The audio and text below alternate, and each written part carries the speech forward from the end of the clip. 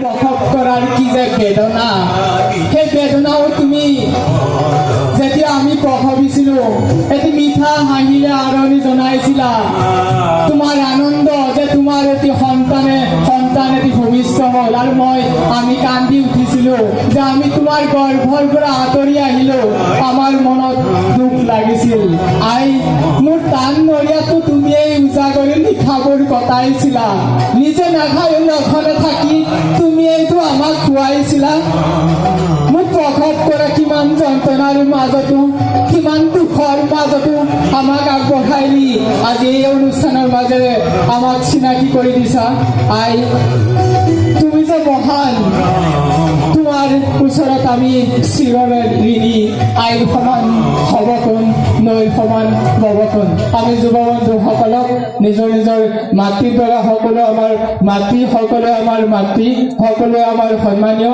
আমি বহি মাতৃসকলক গামোচা পিন্ধাই সেৱা ল'বলৈ অনুৰোধ জনাইছো আৰু আমাৰ আই মাতৃ যিসকল উপস্থিত আছে এটি উৰুলিৰে আমাক উপকৃত কৰিব।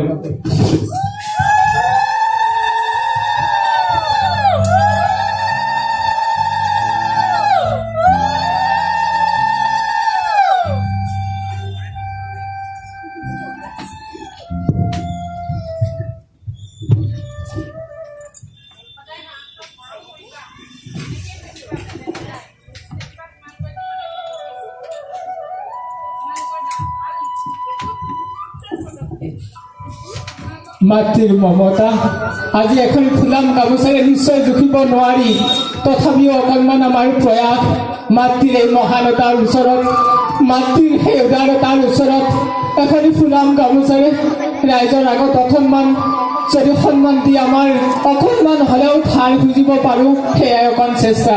আমি সকলো আই মাতৃলৈ প্ৰণাম জনাই আমি পিছৰ কাৰ্যসূচীলৈ আগবাঢ়িমহে আমি আপোনালোকক আকৌ আসন গ্ৰহণ কৰিবলৈ অনুৰোধ জনাইছোঁ। ধন্যবাদ।